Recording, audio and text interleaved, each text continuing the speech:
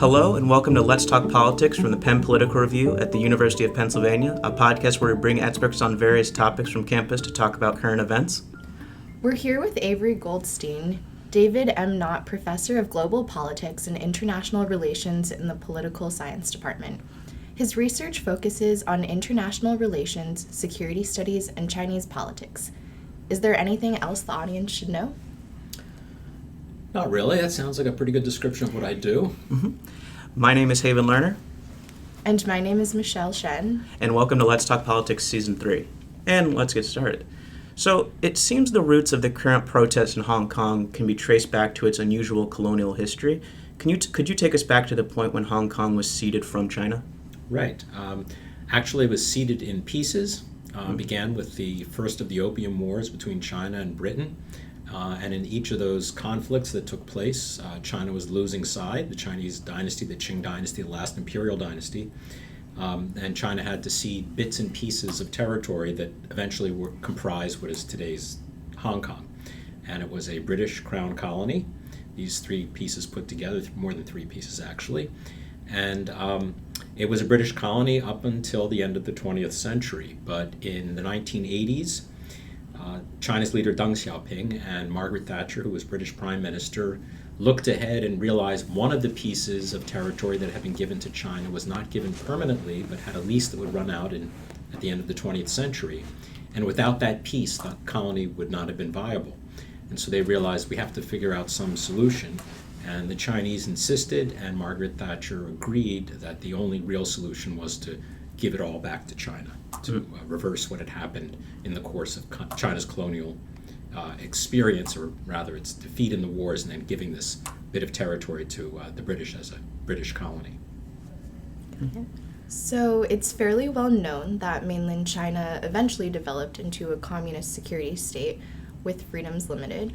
But what was life like under British influence in Hong Kong, at least in comparison? Well, under British influence in Hong Kong, they developed because it was under British rule, a pretty vibrant free press. They also had an independent judiciary. Hong Kong did have real problems before the British left. They had problems with crime and corruption.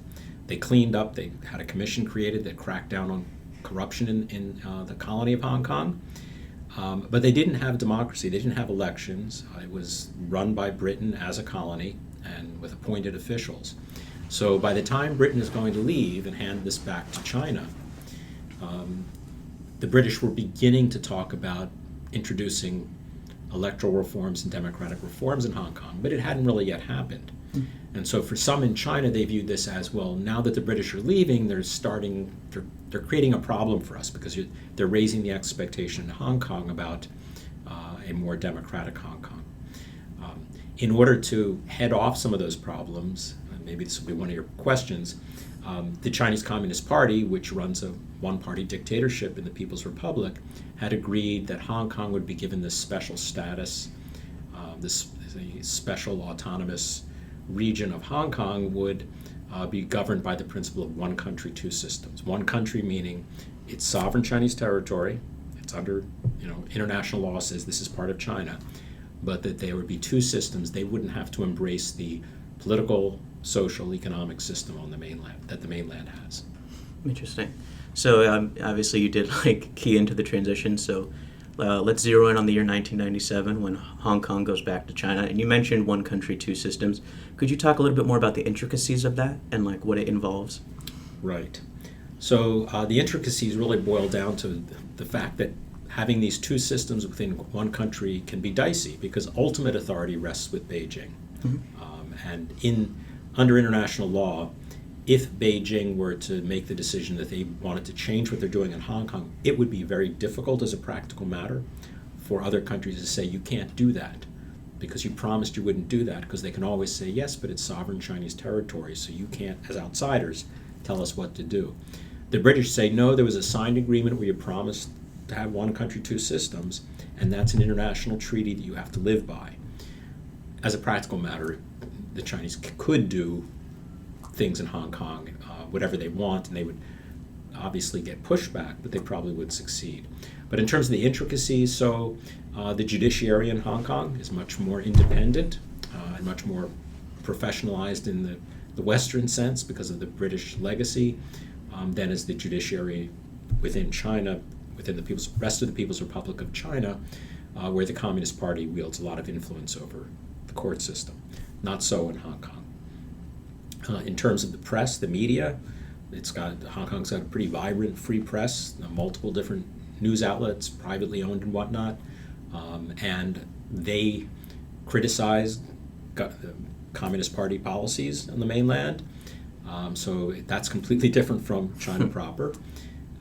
In terms of politics, even though there's not universal suffrage on Hong Kong to elect the chief executive, it's still appointed through an indirect nominating process, and Beijing has a say over who gets to be chief executive.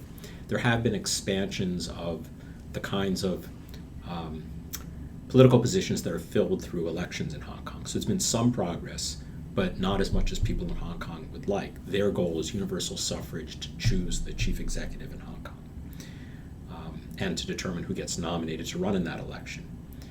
What else? Politics. Economically, Hong Kong, much different, although China in many ways has begun to catch up in terms of relying on market economics within the mainland, so that distinction between Hong Kong and the mainland is not as great as the other ones, the legal distinctions and political distinctions. Great. Let's fast forward now to modern day and focus on these protests. My understanding is that they were instigated over an extradition bill. Could you elaborate on that? Right.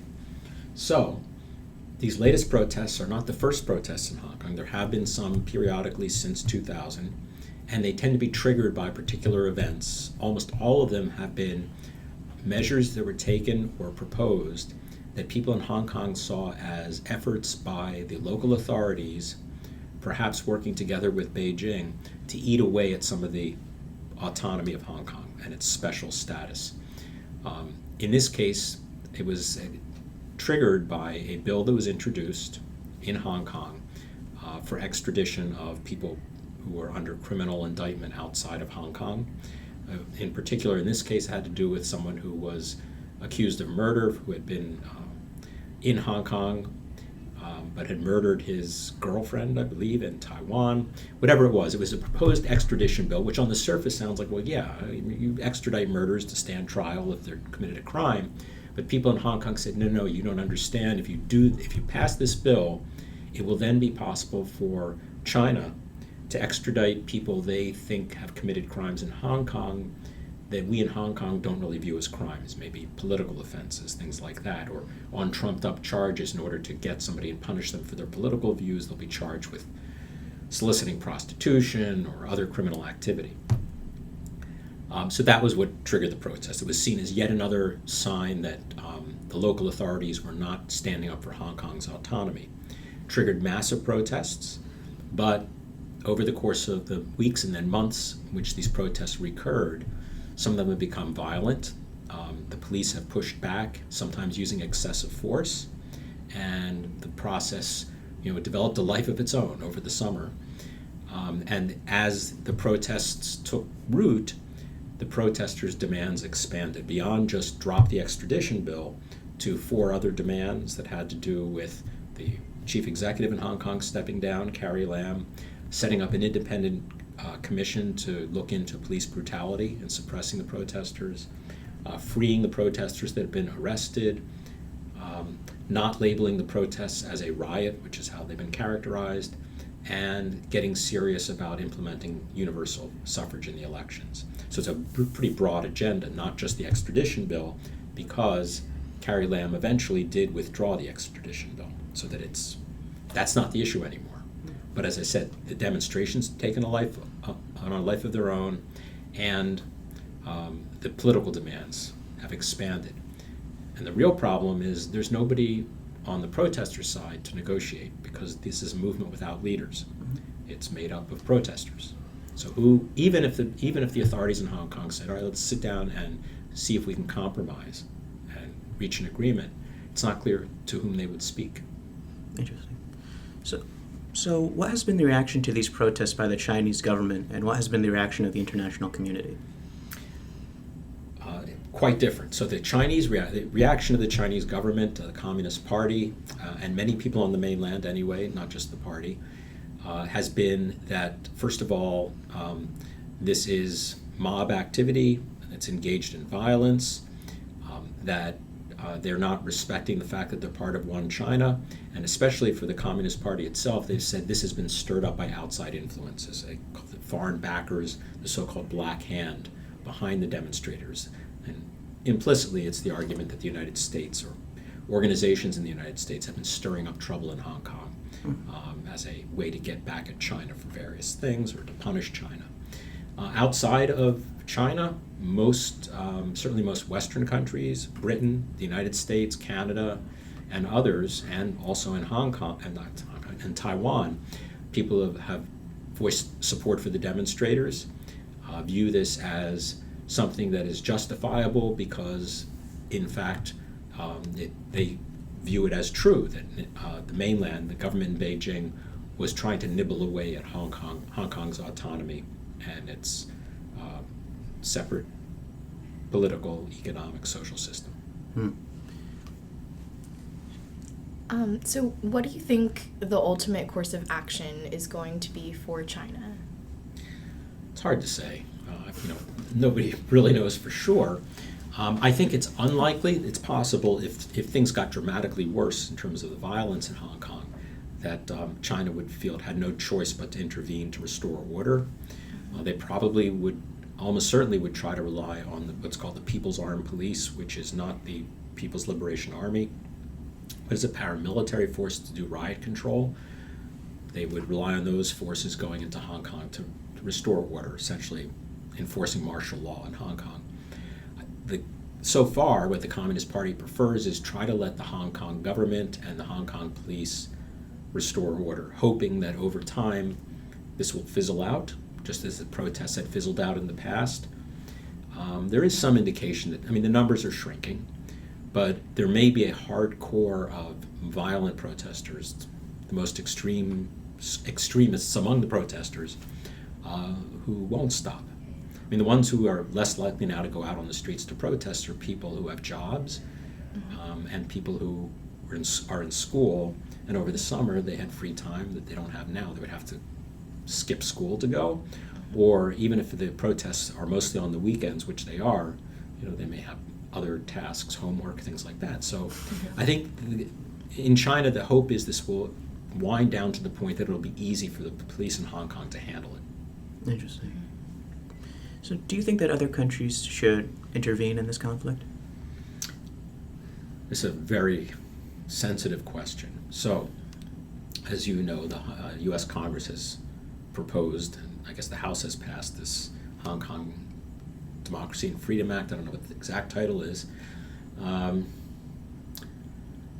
I think that kind of public symbolic action is harmful. I do think people should speak up and say, look, here's the things that would really, whether or not you think it's justified, China, if you do certain things, there are going to be consequences. It's going to be impossible for the United States to carry on normal relations with China if it does certain brutal things in Hong Kong. I think in terms of trying to persuade the Chinese leaders to figure out a compromise solution on Hong Kong, that's best done by behind closed doors by diplomats, and in communications between the executive branch in Washington and Chinese leaders, because there's all kinds of back channels they can use. But if you go public with these things, even if the leaders in Beijing might be inclined to compromise, they can't look, given China's history, they can't look to the Chinese public as though they're backing down because the Americans are pressuring them. So it makes it harder for them to compromise. And that's my view. There are people who disagree. There are some of the leaders of the protests in Hong Kong who will say, no, the only way to win here is to have maximum pressure from the outside world. I'm skeptical. My view, my understanding anyway, you read my so-called credentials at the beginning of the thing here. One thing I think I understand is I think I know the Chinese Communist Party. And my view is they're willing to suffer a lot of consequences if they believe their grip on power is jeopardized. We've seen it in the past. And even if they faced sanctions or something like sanctions from the United States, if it were bad enough in Hong Kong, I think they would they would use force. I don't think they want to, and I don't think they will, but I don't think it's helpful for the outside world to make it seem like it's China against the world here. Interesting. Makes sense. A character of these protests has been a clash between the freedoms granted to the people of Hong Kong and the more authoritarian system of China. How do you think this tension will resolve? Well, it depends how the protests end. I do think it is quite possible that even though the authorities in Hong Kong so far have, for example, not agreed to appoint an independent commission to look into the violence, the police brutality, that eventually they may agree to an independent investigation of, and they'll probably put it as violence by both the police and the demonstrators. I do think it's possible they'll appoint some kind of study group or commission to think about the next steps in democratic electoral reforms within Hong Kong, but it won't happen overnight. I mean, that's the one thing that Beijing won't permit. They won't permit just drop all restrictions and have elections. Even in the local elections that are taking place soon in Hong Kong, at least one candidate has been told that he can't be on the ballot, and that's this guy who doesn't have an organization that has a lot of power over the protesters, but is somebody who's was a leader in the 2014 demonstrations, Joshua Wong, who went to Washington, spoke before Congress in favor of this bill that Congress passed, and China has made an example of him, or Hong Kong's made an example of him by saying, you can't be on the ballot in this election because in the past you have said things that argue for Hong Kong independence, which is a red line for China, right? They're not going to permit Hong Kong to break away. Joshua Wong says, no, I'm not in favor of independence, and they dredged up all his comments that they say, so you said that you thought that should be an option that is considered. And he says, well, I didn't say I was for it, I just said it was an option that should be considered. So they're claiming he's not sincere now. Having said that, they are not prohibiting other democracy activists from appearing on the ballot. So already, you can see that it's not as though there's no possibility of, after these protests die down, there being further electoral reforms in Hong Kong. But it's going to take time. So the final question I want to ask for today is, how do you think these tensions will resolve in 2047 when Hong Kong is supposed to fully integrate back into the Chinese system? You're asking me about 2047. I'll answer that question as soon as you tell me who's going to win the election in 2020 in the United States. I mean, I have no idea. Okay, so two things to note. So part of the intensity of the protests in Hong Kong now reflects the fact that 2047 is, yes, it's a couple decades away, but it's not that far away. And so people are thinking, what's going to happen? If we don't get what we can get now, what's going to happen then? And the view there is in 2047, China will just say, well, now you're part of China, no two systems anymore, you're just one country. The reality is that there are reasons why China might want to, and probably does want to, allow Hong Kong to retain some special status in terms of the way it provides an opportunity for China, economically and otherwise, to deal with the outside world in ways that the outside world won't deal directly with China. It's also a question of how do you absorb Hong Kong without triggering a really negative reaction in Hong Kong in 2047. And the agreement itself doesn't say in 2047 it's all over. The agreement says that this one country, two system approach would last until at least 2047. Mm-hmm. So it's conceivable, maybe even likely, that ultimately it will just be extended past 2047, that there won't be a shutting of the window. Interesting. But that's going to depend on a lot. Like I said, it's far enough in the future that you have to tell me not just who's going to win the 2020 election in the U.S., but what's China going to be like in 2047? Will the Chinese Communist Party still be running a pretty tight ship in terms of an authoritarian one-party dictatorship, or will things have changed? Nobody really knows, but there are reasons to wonder whether the stresses of relying on a pretty old-fashioned one-party communist dictatorship in the mainland of China is compatible with the kinds of economic and social changes that are taking place in China. And whether, can the Communist Party keep the old political system in place while they make all these other changes? Those stresses may or may not result in a big change on the mainland. There are some people who say that Deng Xiaoping, when he was talking to Margaret Thatcher about the future of Hong Kong when they said, well, until 2047, like she said, well, and then you're going to make Hong Kong like China? And he said, no, by 2047, I expect China to be like Hong Kong. Will that happen? Probably not, but it's possible. Professor, thank you so much for joining us today. Sure, Yeah, you're welcome. thank you.